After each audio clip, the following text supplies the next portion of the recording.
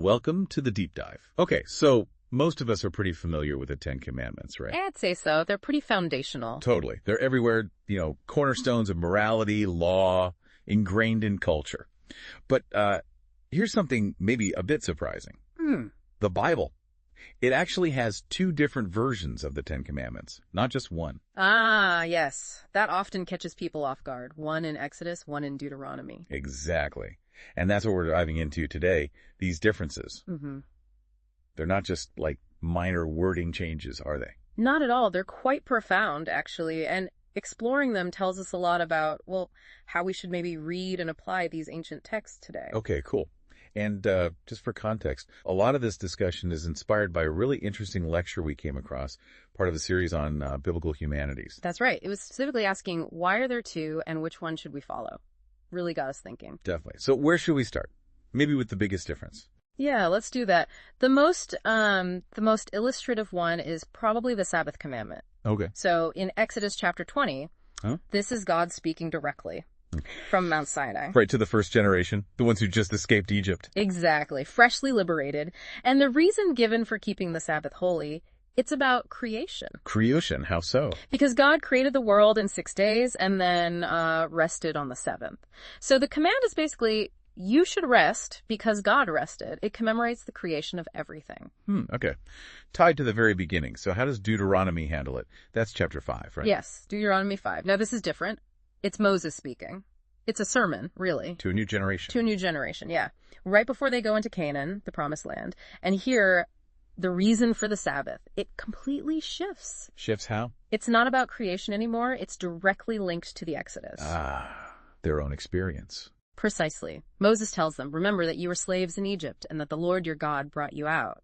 So the Sabbath becomes a memorial of their liberation from slavery. Wow. Okay.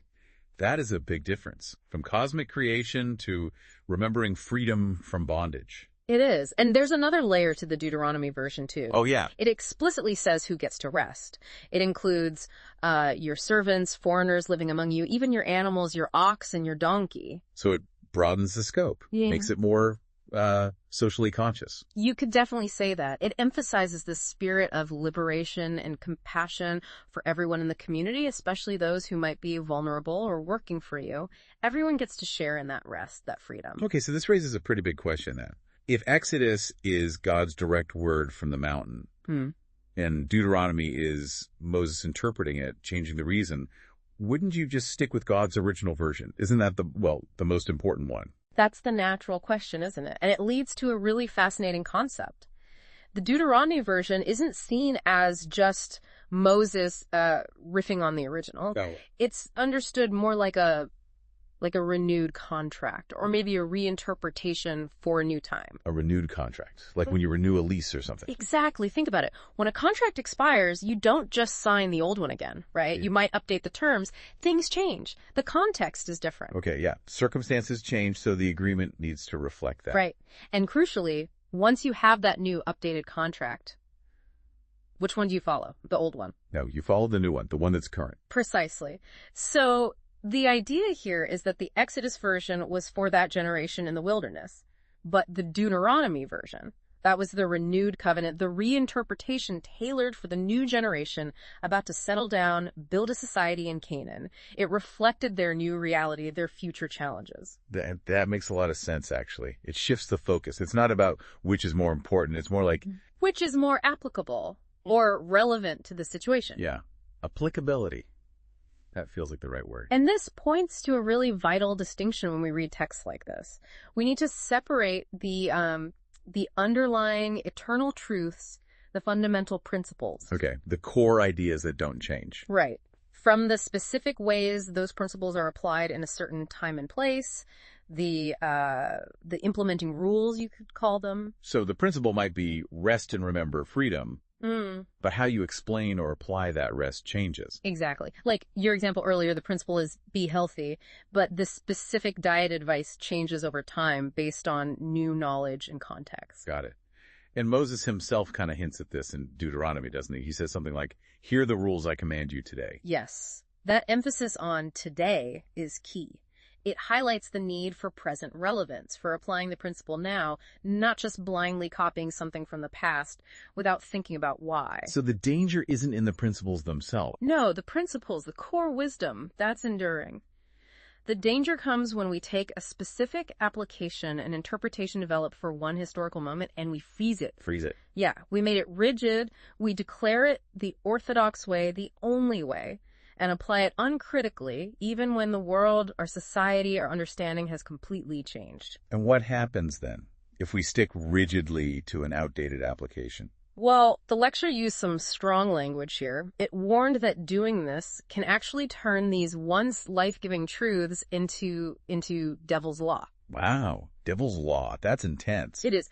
But the point is, instead of liberating people, which was the original spirit, especially in Deuteronomy Sabbath, the rigid rule starts to entrap them. It harms them. It loses the whole point. Can you give an example? Sure. The classic example is how Jesus interacted with the Pharisees about the Sabbath. Right. They have so many detailed rules about what you couldn't do. Exactly. They were so focused on the letter of the law, the specific applications they developed, that they completely missed the spirit, the compassion, the reason why the Sabbath existed. Like when Jesus healed someone on the Sabbath and they got angry. Precisely. He had to remind them the Sabbath was made for humankind, not humankind for the Sabbath.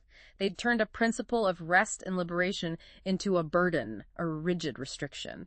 They mistook the application for the principle. Yes. Yeah, that's a really powerful illustration. So this idea of reinterpreting, of applying principles to new contexts, it wasn't just Moses. Oh, absolutely not. If you look through the Bible, you see it happening again and again.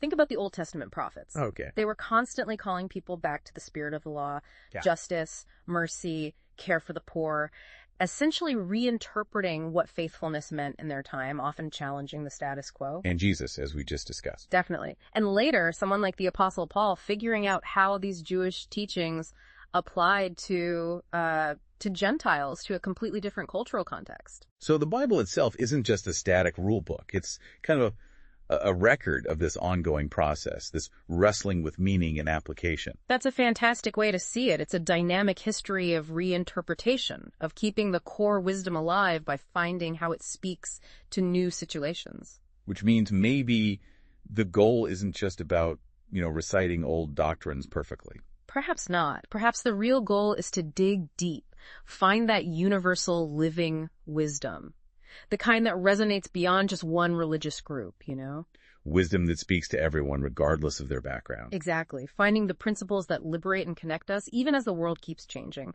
It allows, for instance, the God of Christianity to be seen not just in narrow religious terms, but as a source of wisdom that someone who isn't Christian might still find valuable and true.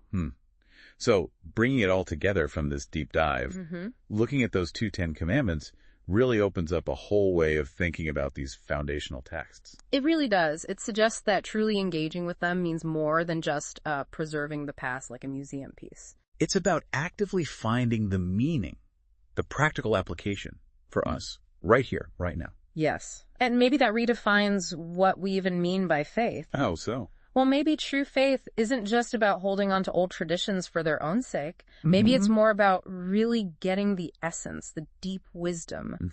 And then having the courage to apply it creatively, making our lives, our society, more meaningful, more just today. Beautifully put. These texts, whether it's the Bible or any other foundational writing, they aren't just historical documents. They can be, as you said, like an inexhaustible wellspring. Always offering something fresh. If we're willing to look. If we're willing to engage with them dynamically, yes. Okay, that gives us a lot to think about. So maybe a final thought for everyone listening. Yeah. Just consider this for a moment. Are there any beliefs you hold right now? Things you consider absolute truth or orthodox, maybe something you haven't questioned in a while. That, if you really reflected on it, might actually be acting like one of those rigid rules. Could it be limiting your own freedom? Or maybe even the freedom of others in society, instead of truly liberating? That's a challenging question. It is. Something to ponder. Thanks for joining us on The Deep Dive. We'll catch you next time.